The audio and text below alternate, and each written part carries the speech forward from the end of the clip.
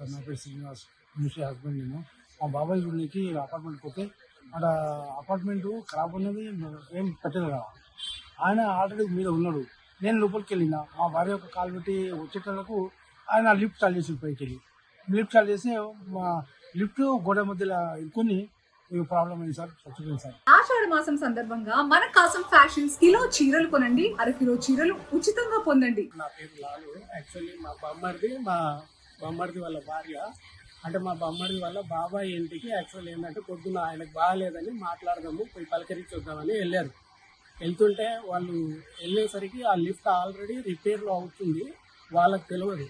Repair complete అయిందని లిఫ్ట్లో వెళ్ళారు. ఫస్ట్ మా బామ్మర్ది వెళ్ళాడు, దాని తర్వాత ఆయన ఇన్సైడ్ వెళ్ళందాడే, తర్వాత వాళ్ళ భార్య వెళ్ళందాడే ఆ సగానికి డోర్ క్లోజ్ అయిపోయింది.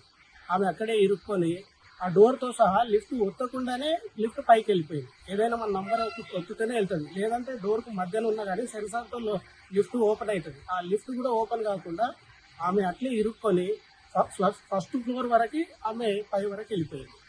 అప్పటికే ఆమె మొత్తం రక్తం అదంతా బయటకు ఇచ్చి ముక్కులో నుంచి ఆ తర్వాత చెవిలో నుంచి రక్తం అంతా బయటకు వచ్చింది.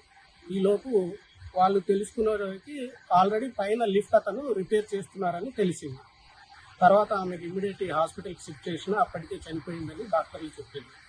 మధ్యాహ్నం పోలీస్ స్టేషన్ దగ్గరికి వచ్చి కంప్లైంట్ చేస్తే మధ్యాహ్నం నుంచి ఇప్పుడు వరకు, అంటే ఇప్పుడు దాదాపు 9-9:30 అవుతుంది, ఇప్పుడు వరకు ఎవ్వరూ న్యాయం చేయట్లేదు. పోలీస్ వాళ్ళు ఎవరు పట్టించుకోవట్లేదు, ప్లస్ వాళ్ళు అపార్ట్మెంట్లో సంబంధించిన వాళ్ళు కూడా ఎవ్వరూ పట్టించుకోవట్లేదు. వాళ్ళు కూడా ఏం రెస్పాండ్ అవ్వట్లేదు.